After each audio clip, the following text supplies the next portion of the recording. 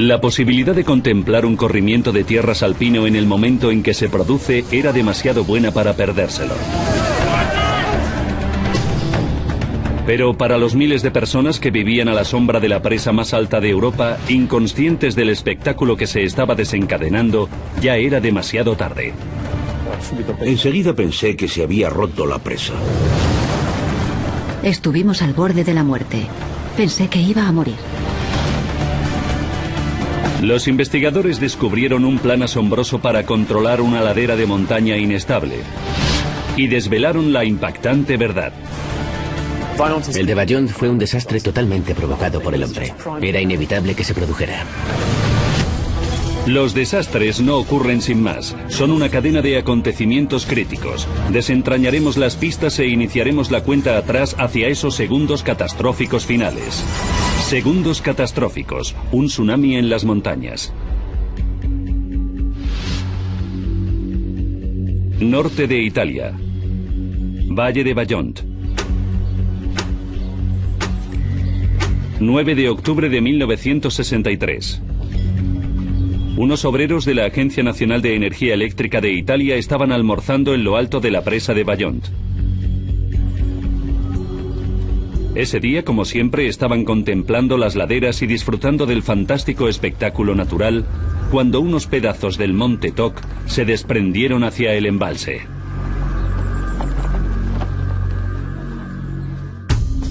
Dos en punto de la tarde. Los vecinos también se dieron cuenta del corrimiento de tierras. Gervasia Matsuko, de 11 años, vivía en Caso, una aldea justo enfrente del monte Toc. La gente vio las grietas del monte Toc y vi que los adultos estaban alarmados. Yo también me preocupé. Una semana antes, mi madre me había contado que había soñado que se ahogaba en el agua.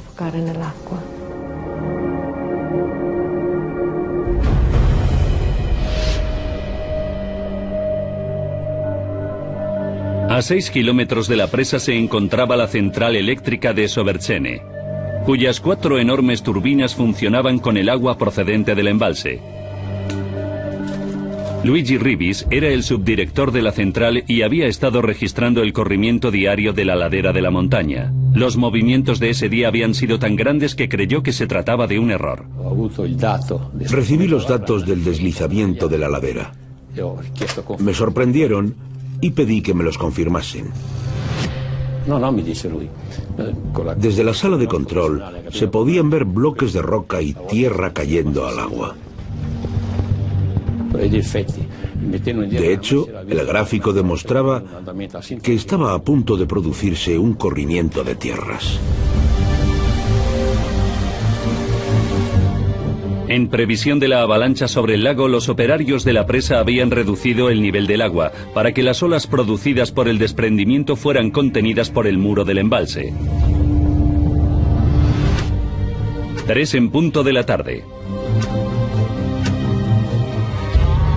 En las laderas del monte Toc, los representantes de la central eléctrica insistieron a los granjeros en que se llevasen a sus animales de la montaña. El cura local, don Carlo Honorini, percibió la ansiedad de los aldeanos. Sabíamos algo, pero no eran más que rumores. No sabíamos si el monte Toc se vendría abajo,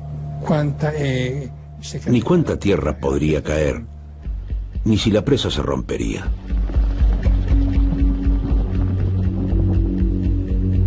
Por la tarde, la madre de Gervasia se marchó para trasladar a las vacas de la familia.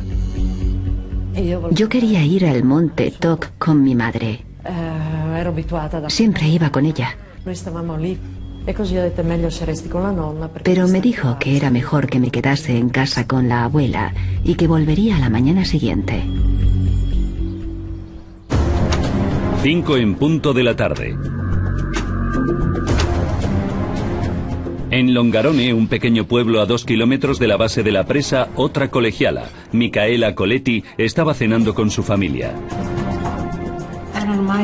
En Longarone había un ambiente distinto desde hacía una temporada. Se oían rumores raros. El padre de Micaela trabajaba en la presa y su madre estaba alarmada por lo que le contaba. Había oído a mi madre decir que era mejor que enviase lejos a los niños. Me sorprendió mucho y pensé, ¿qué hemos hecho para que mamá quiera librarse de nosotros? Mi padre le contestó que si había que morir porque se hundía la presa, era mejor morir todos juntos. 6 en punto de la tarde. A las 6 de la tarde nos dijeron que estaba a punto de producirse el corrimiento y que subiésemos. El personal clave de la central eléctrica fue invitado a unirse a los ingenieros en lo alto de la presa para supervisar el desprendimiento. Pero Luigi tenía trabajo que terminar. Yo quería ir, pero le dije a mi compañero que tenía que terminar una cosa. Así que me quedé un rato más y él se fue. 9 en punto de la noche. Desde su posición privilegiada en lo alto de la presa más alta de Europa, los compañeros de Luigi esperaban presenciar la creación de una ola como la de un tsunami, de 20 metros de alto, cuando el desprendimiento de tierras llegase al agua.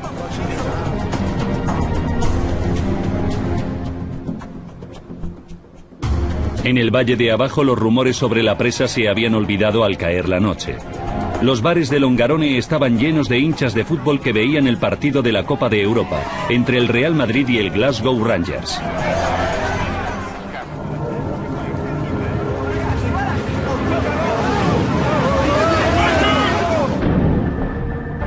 Diez y 39 minutos de la noche.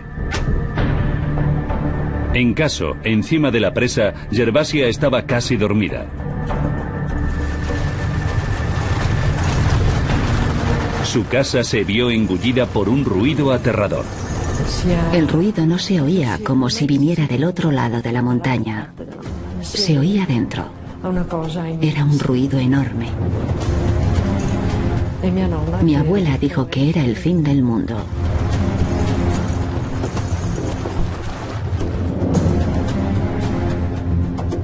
En la iglesia del pueblo, don Carlo oyó el mismo ruido sobrecogedor.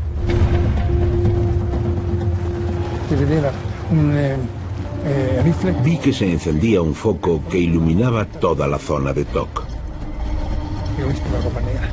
Luego vi una cosa negra, una sombra alta que se elevaba.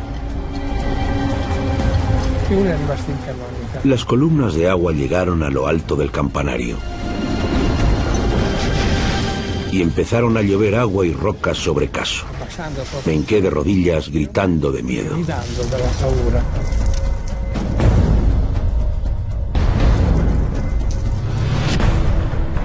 Temiendo que su casa podía quedar destruida, el hermano de Gervasia intentó salvar a su familia. Me agarró por los hombros y me tiró por las escaleras.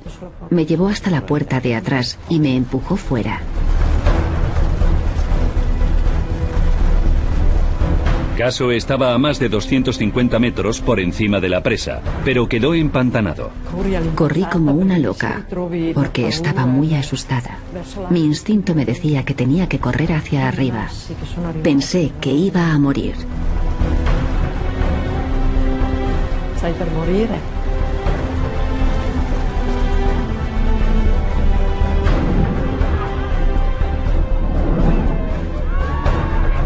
Bajo la presa, en Longarone, las luces de las calles se apagaron.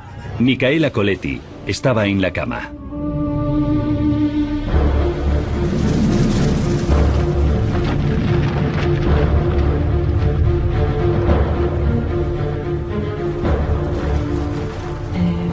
Fingía estar dormida mientras esperaba un beso de mi madre. Mi abuela entró en la habitación y dijo que iba a cerrar las contraventanas porque se acercaba una tormenta.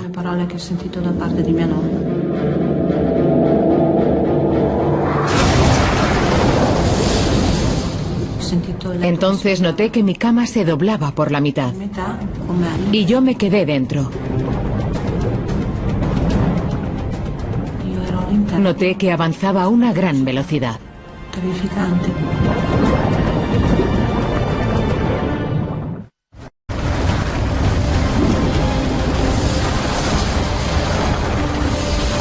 Un muro de agua de 70 metros de alto inundó Longarone y barrió todo el valle, arrasando edificios y matando a cientos de personas.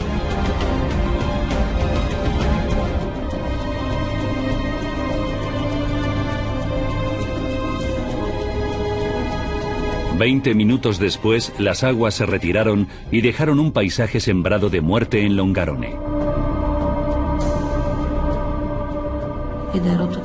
Quedé totalmente enterrada entre escombros.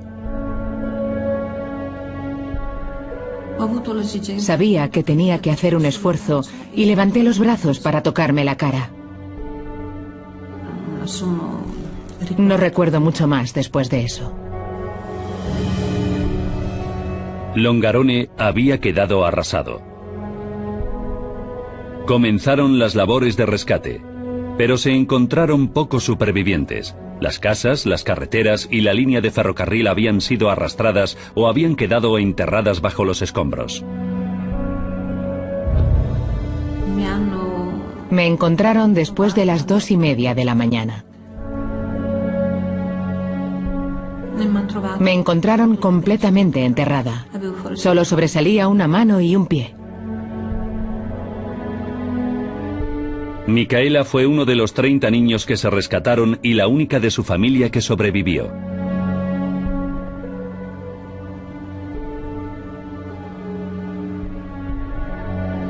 Esa noche perdieron la vida más de 2000 personas, incluidos 60 empleados de la central eléctrica. Subieron allí para ver cómo ocurría. Pero no eran unos kamikazes. Subieron y nunca volvieron. Murieron en Bayón.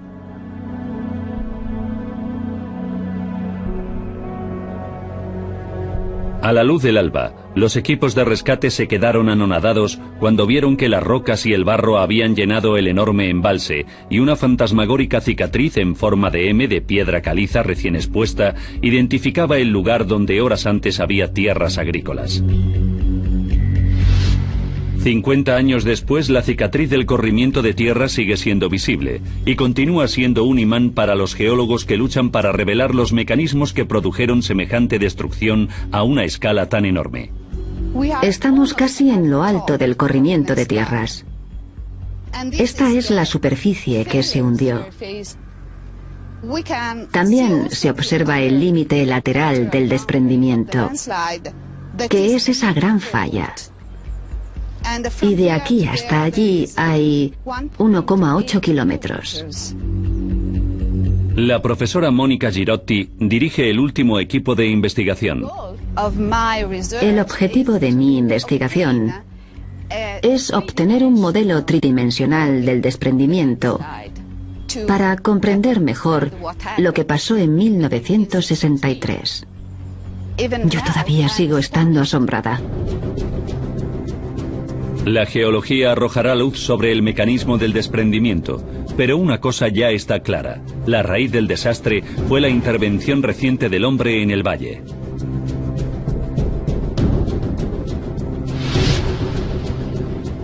El profesor David Pedley encabeza una iniciativa internacional para investigar, predecir e impedir corrimientos de tierra catastróficos.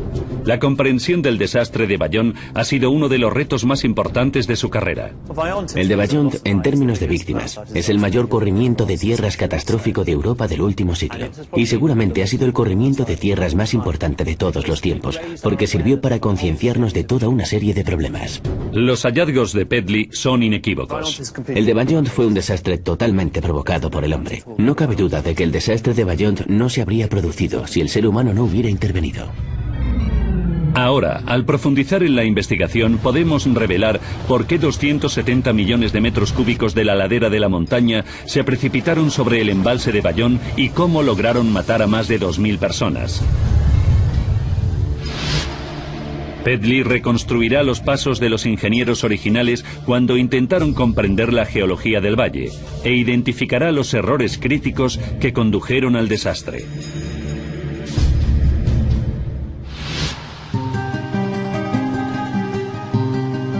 En 1956 comenzaron las excavaciones de los cimientos de la presa de Ballont. Bloquearía una empinada garganta para crear uno de los lagos artificiales más profundos del mundo y generar energía hidroeléctrica para impulsar la expansión económica de Italia en la posguerra.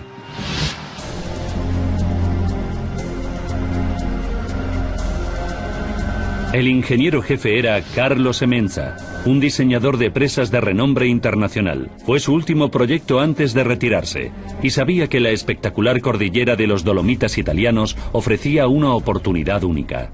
Los Dolomitas forman parte de los Alpes, y están básicamente formados por grandes bloques de caliza, que resultaron empujados hacia arriba hasta crear elevados picos.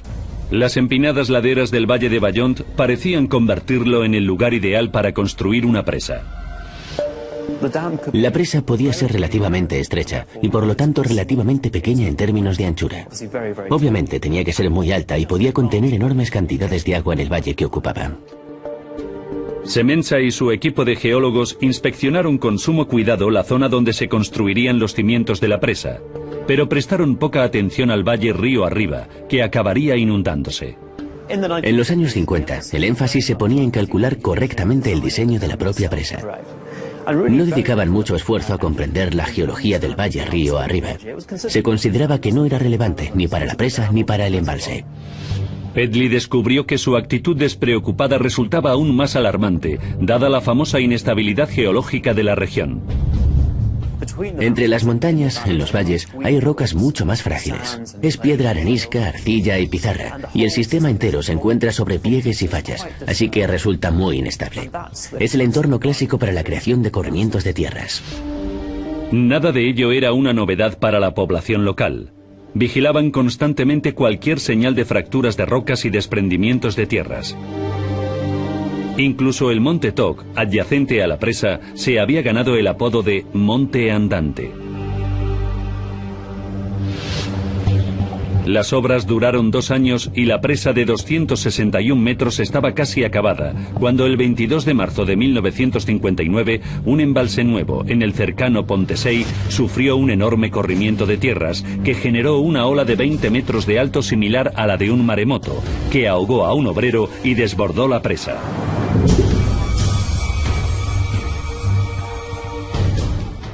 Fue la primera vez que se comprendió el efecto potencialmente dañino de los grandes corrimientos de tierras y provocó una onda sísmica en la industria hidroeléctrica del norte de Italia.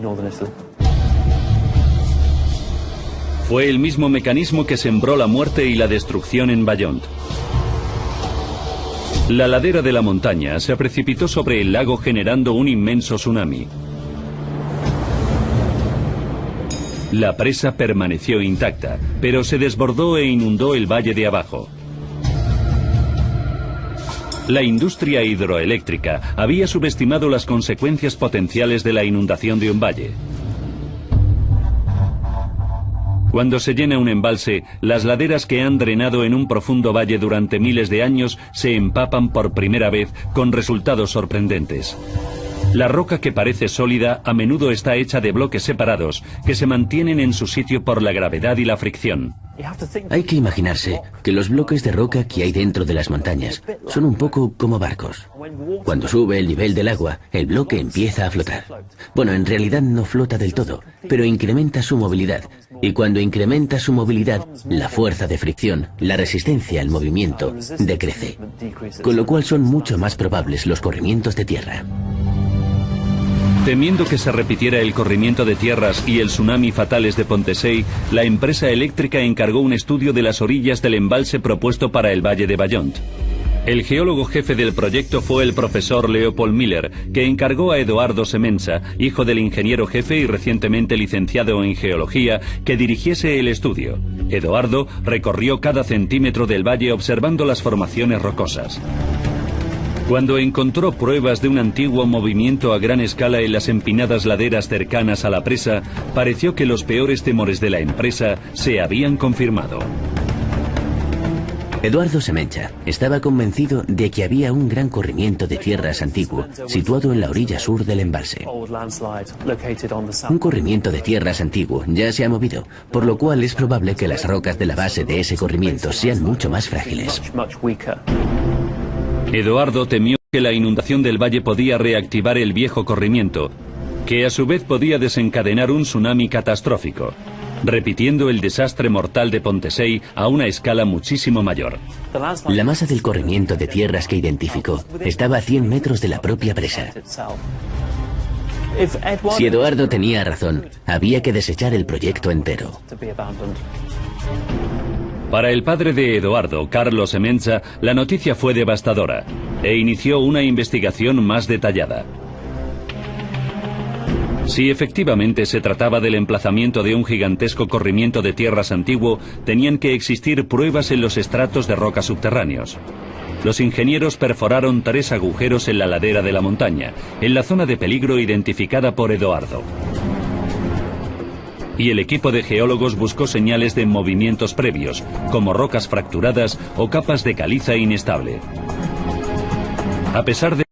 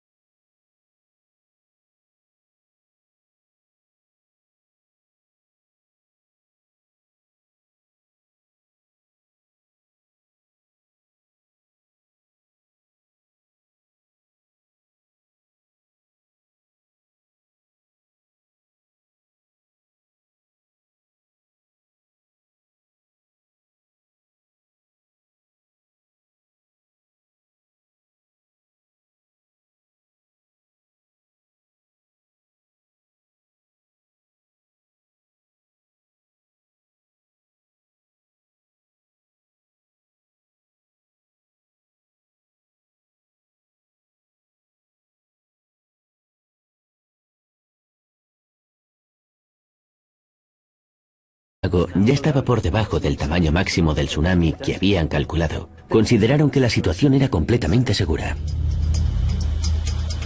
Tan segura que los directivos de la empresa eléctrica fueron invitados a presenciar la creación del tsunami. Y no se alertó de ningún peligro a la población local.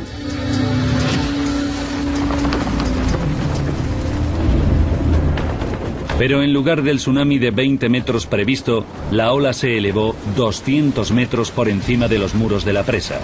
Una cifra asombrosa, 10 veces superior a lo esperado.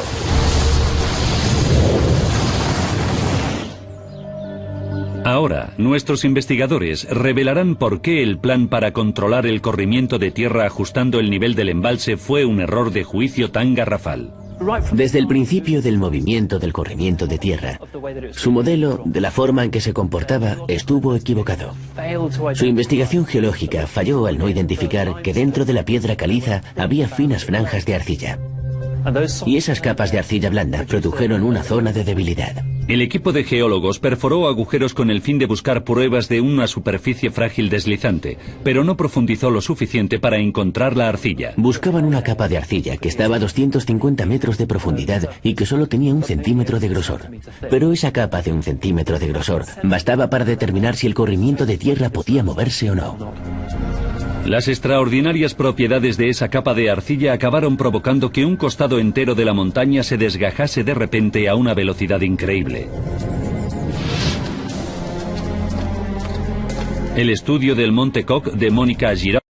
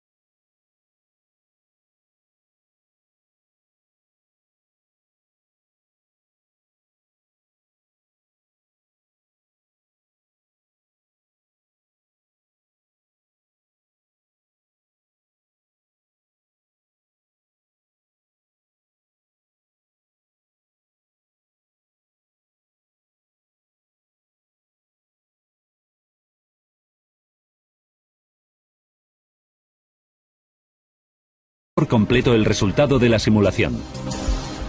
La maqueta que habían construido en realidad era muy sensible y muy buena. Pero cuando diseñamos modelos digitales, a menudo usamos la frase basura que entra, basura que sale.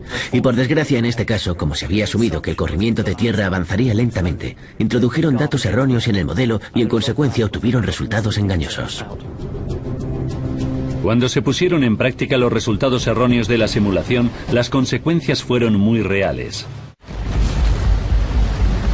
La increíble velocidad del deslizamiento final ha desconcertado a los científicos durante casi 5 décadas.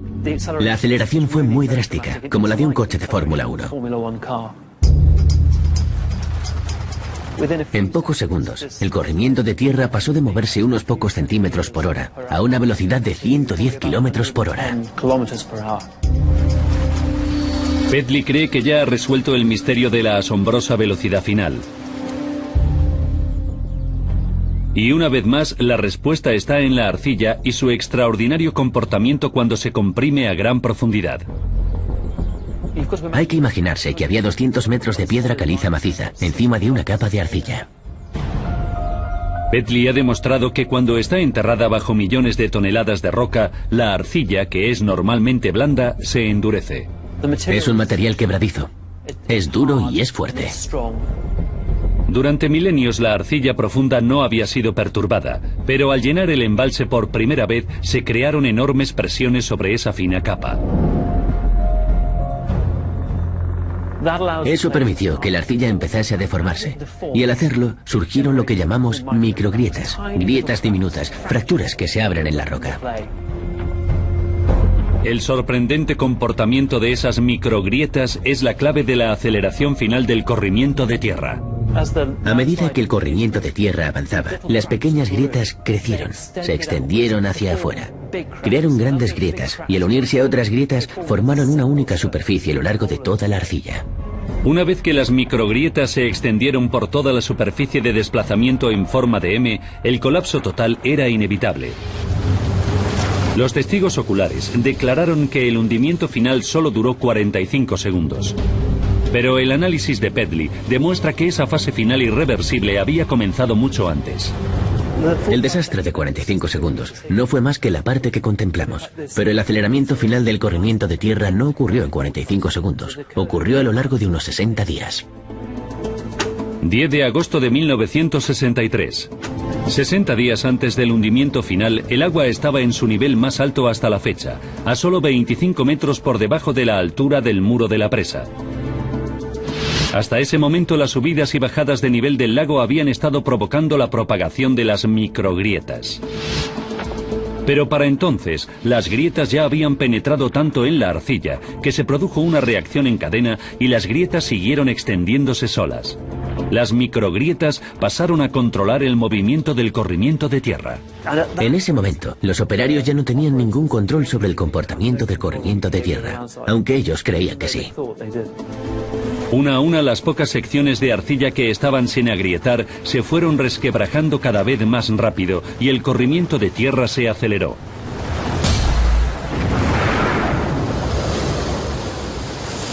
Fue un efecto dominó clásico. Era inevitable que ocurriera.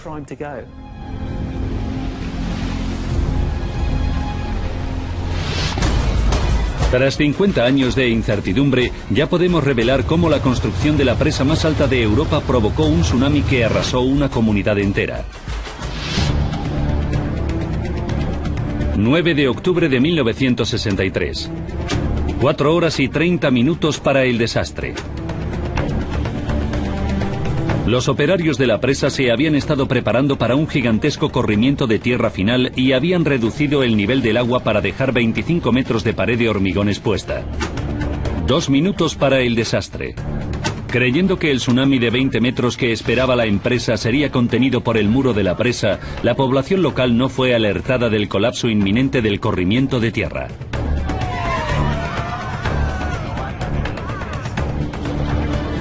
Los empleados de la empresa de energía contemplaban el espectáculo desde un enclave privilegiado en lo alto de la presa.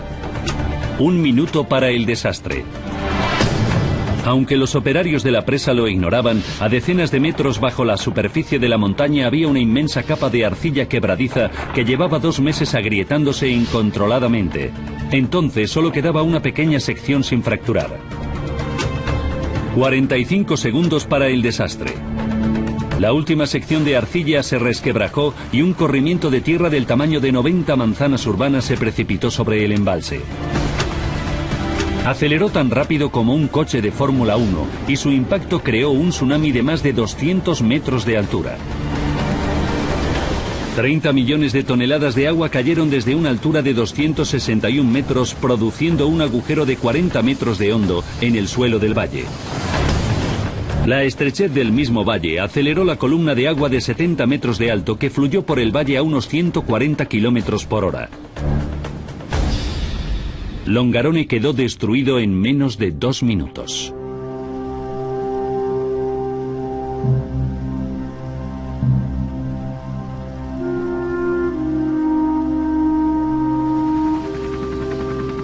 Miré abajo, desde el helicóptero, y vi el lugar por donde había venido la ola.